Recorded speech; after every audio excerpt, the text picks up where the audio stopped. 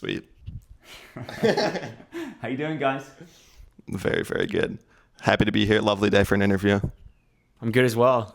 Good. Well, thank you so much for being here. As you know, I kind of just find a jumping off point, and you know what jumped to mind was, you know, when celebrities have couples names, like their first two letters of their names. If Friends did it, you two would be a joke, right? Joke. Yeah.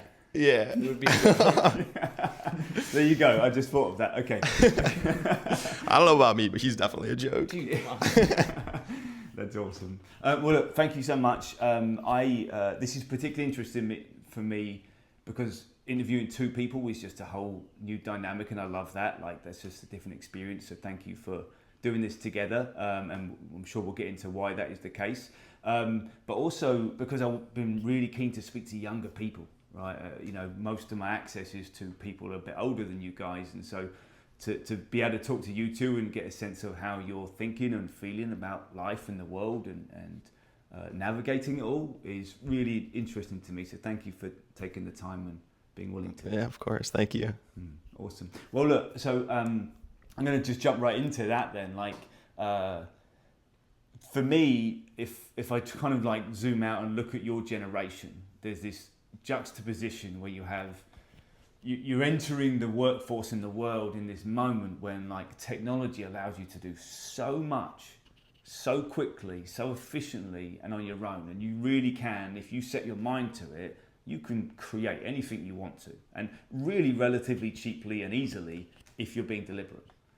On the flip side, there's so much uncertainty about the world. Like these amazing things about it are also the scary things about it, plus all the other scary things about it, right? And the things that we're navigating now that we've always been navigating in some way, but it seems at an existential level.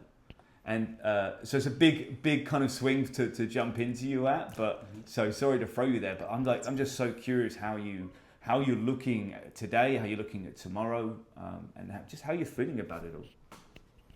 Yeah, I think right now, today, if you could take advantage of the tools that are being created and the ability to create, like you said, I think you have a huge advantage.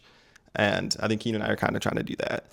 So like right now in the very present, maybe the next year or so, I think it's a great thing. And I think the things will be created that, you know, could not have been created a couple years ago and will not be able to be created in the future, because as creativity, you know, kind of diminishes from the AI that's taking over, as kids grow up with AI and kind of use less of the creative processing power that humans are born with and humans are trained to use throughout like their early development, I think creating will become harder. So I think we're kind of in a sweet spot in 2026 and in the next couple of years. And if you kind of don't take advantage of this inflection point, I think you're kind of missing out a little bit. So that's where I'm at. Yeah, I mean, I'm nervous. Right now, it's great. Right now, it gives you the power to do a lot of things, but you look at kind of what people are using AI and all these technologies to do, like write your emails or make a PowerPoint, like especially in schools where you're kind of learning these new skills and learning how to like think for yourself. It's going to be interesting where the world is in 20 years when all of the older people are retiring, and it's kind of up to us and the people younger than us to kind of run the workforce. And we might not have as strong of skills in these fields as other people did in the past. And we're going to be good at using AI. We're going to be good at using technology. And so we're going to have our strengths, but it's definitely scary to think about. You see a lot of stuff about kind of the power of AI and what the experts are saying. And a lot of the experts are a little terrified of kind of what's to come. And so I've definitely been a little bit paranoid about the future and what that holds for humanity. Thank you both for sharing that. There's so much to jump into there, which I'll get to it. But let me jump first on your creativity note, right? So why in your mind will creativity diminish, like in that kind of sentiment? I can go into the why in a little bit, but I think I'm already seeing it. At college, I'm part of a club called College Mentors for Kids. And we take college students from UVA and we match them with like 3rd and 4th graders in the Charlottesville area. And it's a great program. And, you know, these kids really love being mentored. The mentors love it. But but just kind of talking to my mom, who's also a school teacher, and seeing the patterns in some of the kids, it's a little bit concerning already, kind of seeing where everybody's at developmentally. Their reading abilities are definitely a little bit worse than maybe they would have been 10 or 15 years ago. So I'm kind of already seeing the maybe diminishment of like a foundation, an educational foundation. And, you know, without the ability to read and to analyze that reading and that goes with like anything, to look at a piece of art and be able to analyze it. You won't be able to kind of go beyond that, to broaden your thinking, to take an idea and to kind of make it into another idea. And that's kind of where humanity for the past 2,000 years has thrived, has flourished, like being able to be in a coffee house in the 1600s and bounce ideas off of each other.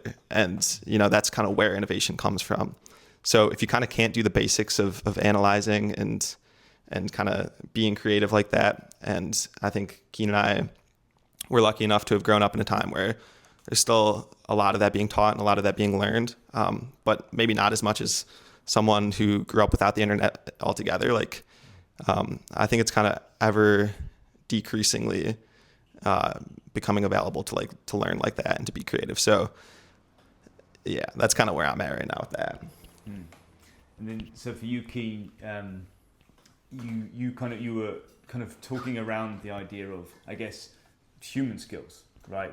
These really important abilities that are fundamental to anyone succeeding, right? But as you say, people are going to be learning more AI and relying on AI more and interacting less. Or this is me kind of adding on to what you were saying, but interacting less and again, just kind of being in this digital world more and more and more, and having less experience talking to people and being out there solving problems in real life and having new experiences. Is that kind of what you were getting at? And if so, can you elaborate on your experience with that a bit? Yeah, I mean, I've just noticed that a lot of my kind of skills that I used to have, some I've noticed some certain skills have like diminished over the last few years with the rise of AI and social media and stuff like that. So one big thing that I've noticed is attention span. A lot of people have a really poor attention span. I've noticed it in myself as of recently. It's hard to kind of focus when you're so stimulated with all of these things at your fingertips. You don't have to you're not forced to focus for an extended period of time anymore, because if you're in school and you have to write an essay, you don't have to sit there and think and write and analyze in your brain. You can just have ChatGPT do it yourself or do it itself. And I think that's a real problem. I've noticed myself that I'm less present in the moment, which I've really been trying to make a point in my life to kind of get back to where I was before I was using all of these internet tools. So I've been trying to delete kind of some of the apps. I've been trying to rely less on AI. But the issue is it's difficult to do that because right now the people who are winning in life are the people that are utilizing AI and utilizing some of these other tools. And so it's kind of a difficult position to be in growing up in this world because you don't know what to do. You don't know if it's going to be better off using the tools and learning them, but kind of losing some of the other skills, or if it's important to kind of try to maintain the other skills while others don't, but not really learn the new skills. And we'll see. Time will only tell which path will be better. Well, I'm actually going to stick with Keen on that because, so as you were kind of speaking, coming to the end of that, to me, I lost what was I going to say? I want to get this out right.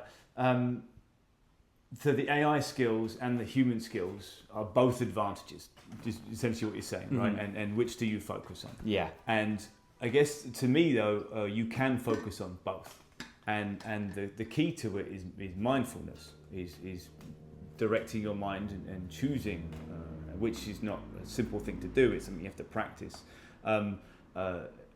To like you said, you mentioned about taking some of the apps away and whatnot, right? They're habits you're eliminating, and that's great. And that's kind of focusing on some of the repercussions of the bigger problem, which, as you say, is your ability to pay attention. So to me, what I think is if you zoomed out and didn't focus on these details and really kind of thought about your mind and about paying attention as a general in life, what does that bring to mind for you? Like, have you thought about it in that way rather than the specific problems?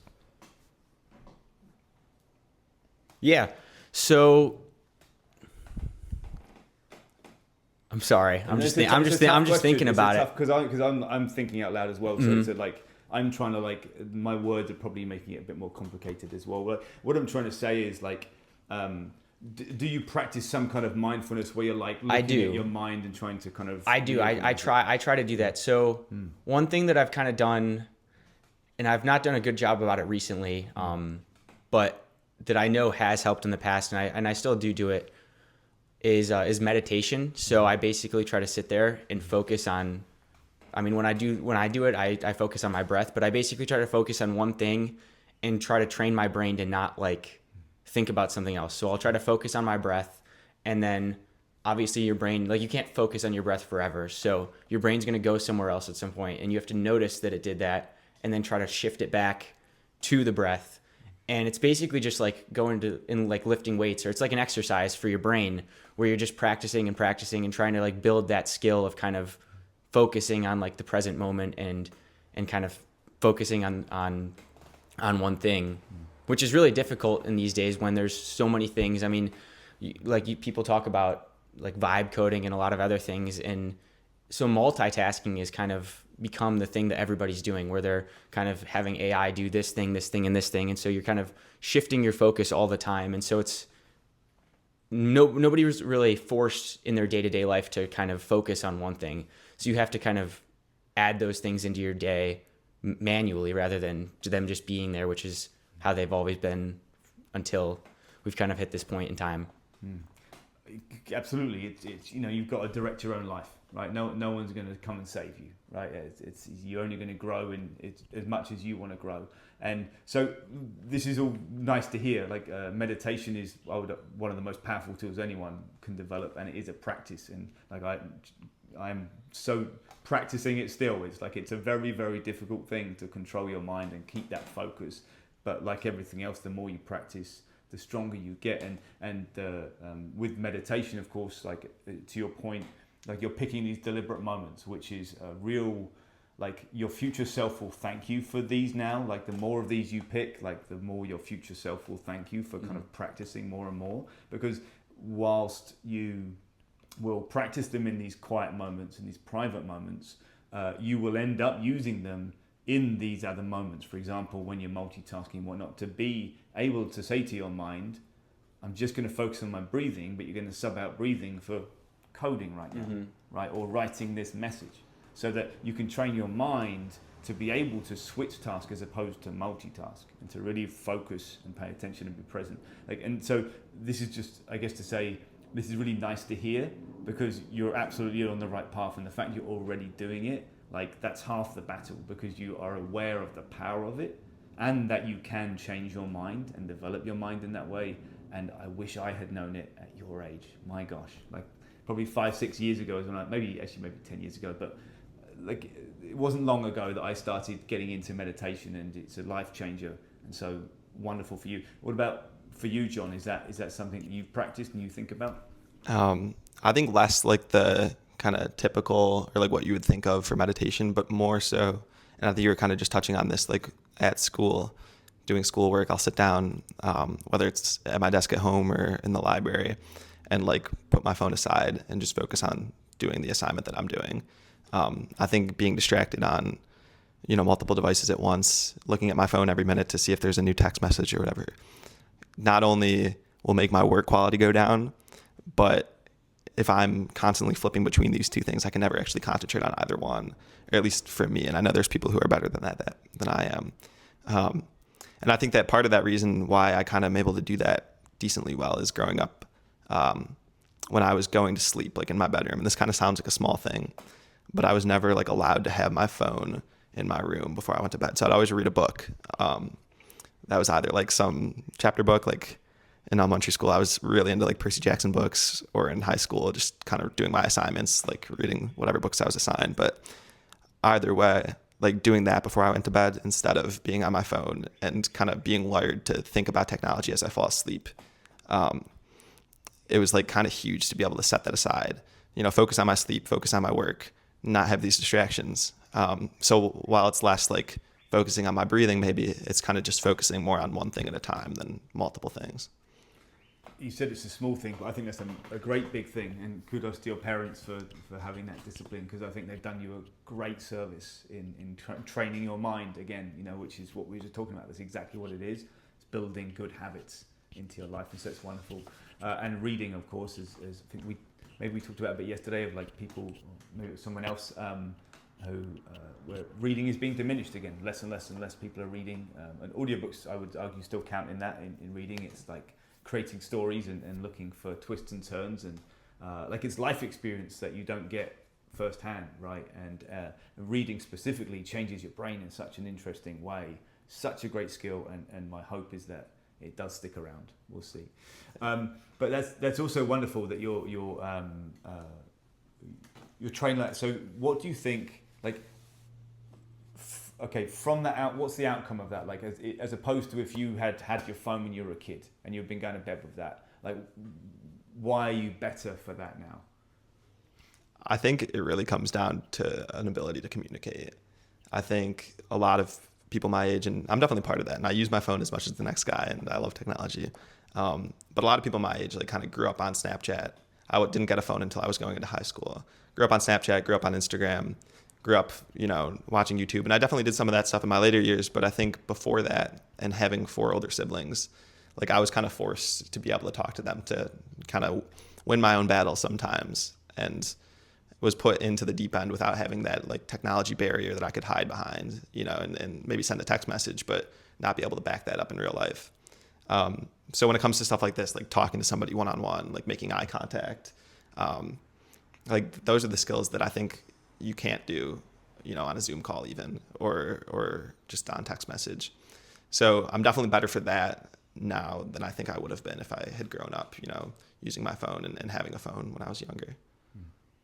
And then we'll jump to Keen on this one, but it's going to be kind of about both of you. But you two are obviously great friends, right? You're as I learned, you're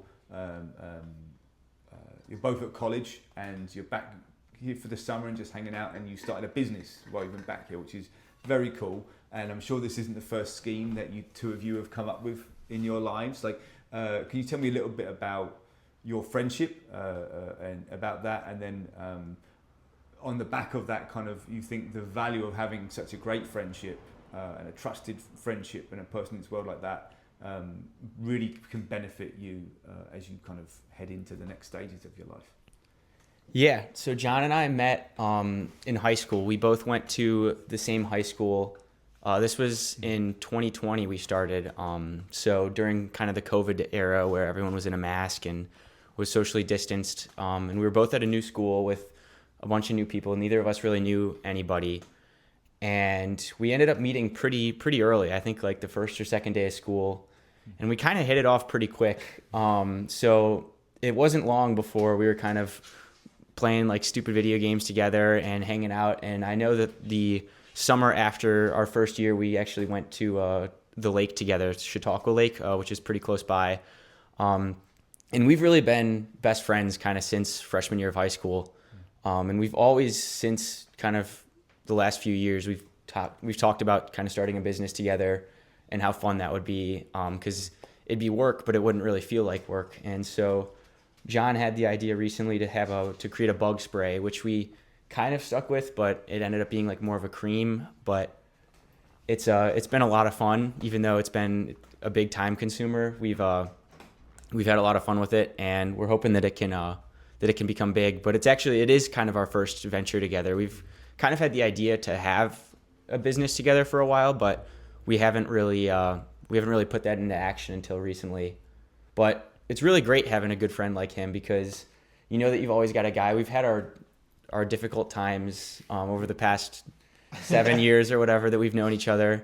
And it's nice to just have somebody that you know is going to have your back and is going to be there to talk to you when you're down at your lowest. It's great to have that kind of support, and I'm really grateful to have him as a friend. Yeah, I can definitely speak to all that. Keen and I, over the past 4 or 5 summers, have worked together in some way. I think 4 out of the 5 at different organizations in Buffalo, or just kind of like with different ideas and stuff. What Keem was saying at the end with like having someone to talk to and like say anything to, that's like super important. Like before here on the ride over, Keen and I were calling, like kind of preparing some questions and talking about what our game plan was. And we'll do that in like every car ride. Like before yesterday, going to Seneca 1, we talked a little bit.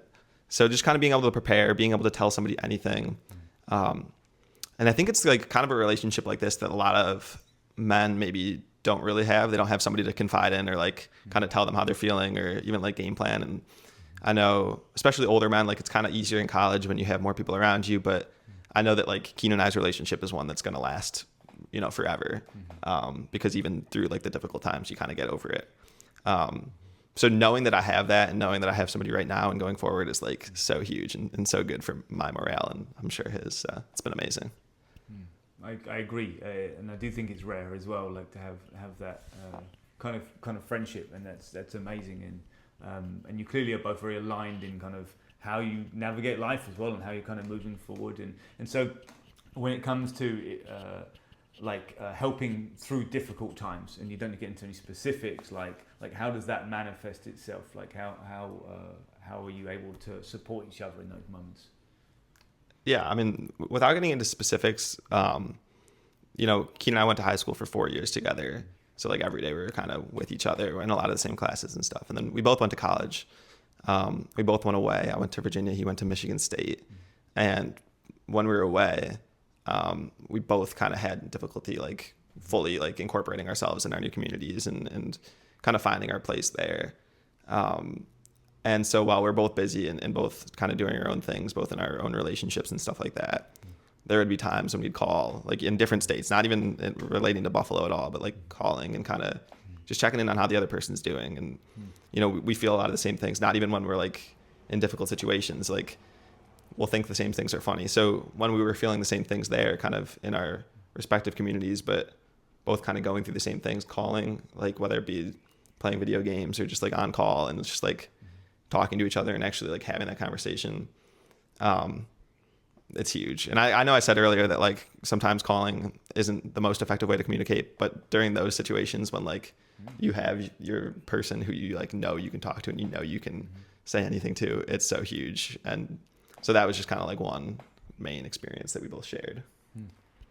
Yeah, I mean, I know specifically when I went away, there were times that were great, but there was also times where it gets lonely when you're away from your family and away from all the people that you know, and you're eating dinner alone and you're eating and you're just kind of spending a lot of time on your own.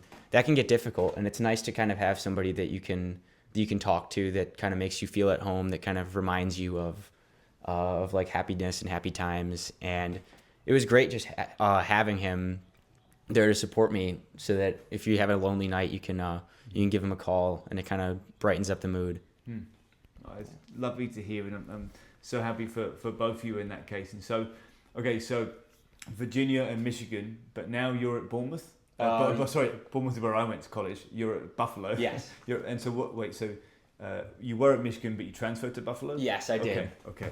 What was the story? You just prefer when you're back in Buffalo? I missed my family. I liked being in Michigan. I had a lot of good friends there.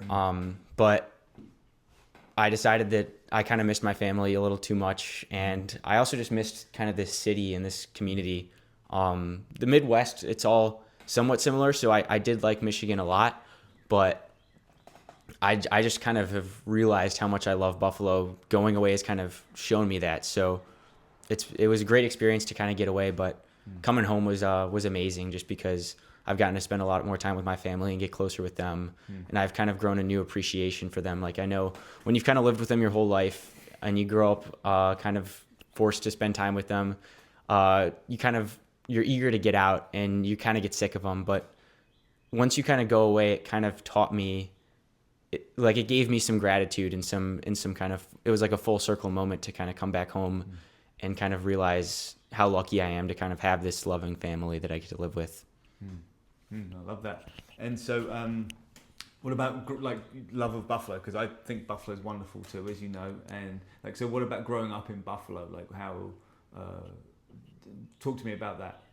I mean, it's the best. Buffalo, I'm not sure. Hopefully, most of your audience is familiar with Buffalo, but it's a great place to grow up. Like I've been a couple places, and obviously I'm biased, but the community you get in Buffalo, the relationships you can build, like in my neighborhood, everybody's always out walking, even in blizzards, even in snowstorms, like there's people there for you. My street, especially growing up, there's kids always outside playing, like stereotypical, like my mom would go next door asking for flour when she's baking cookies. Like it's the type of neighborhood where you're sure that you're going to be able to get flour from the neighbor next door. It's the city of good neighbors. Going to elementary school, going to middle school. I went to 2 different middle schools, went to high school. Obviously it was a new place for me, but in all those schools I was welcomed. In all the communities that I've been a part of, I've been welcomed, for the most part. And in Buffalo, like it's truly, a united community around the Bills, around the Sabres, around our Wings, around our, we have these different little things that everybody's so proud of and so lucky to be a part of. Keen said that he was lucky. And I think that's one thing that I want to kind of say again, because we both know that like growing up, we've been super, super, super fortunate. Not just being in Buffalo, just kind of being in our positions and being able to do something like this summer, like starting our own venture. Like not many people have the ability, have the time, have the money to do something like that. And Buffalo kind of makes it all possible. It's pretty cheap in the grand scheme of things. It's a great place to live. So super happy, super lucky. What about you? Yeah, same thing. I mean, yeah, I kind of touched on it earlier, but I love Buffalo. I love everything about Buffalo. I love the community. I love the way that it comes together for specific things. So, for example, the Bills. I love the Bills, and I love how everybody kind of loves the Bills here. Like it's not, when you go out to a big city like New York City or Los Angeles, like you might have some people who like if let's say Los Angeles, you've got the LA Lakers. You have some people that like the Lakers, but it's not an identity. Versus in Buffalo, like being a Bills fan is like your identity, and you love Buffalo. Like Buffalo is your identity. And so then you come to this community and you see all these other people that also are Bills fans, and that's their identity. And it's just like an easy way to bond. And there's not a ton.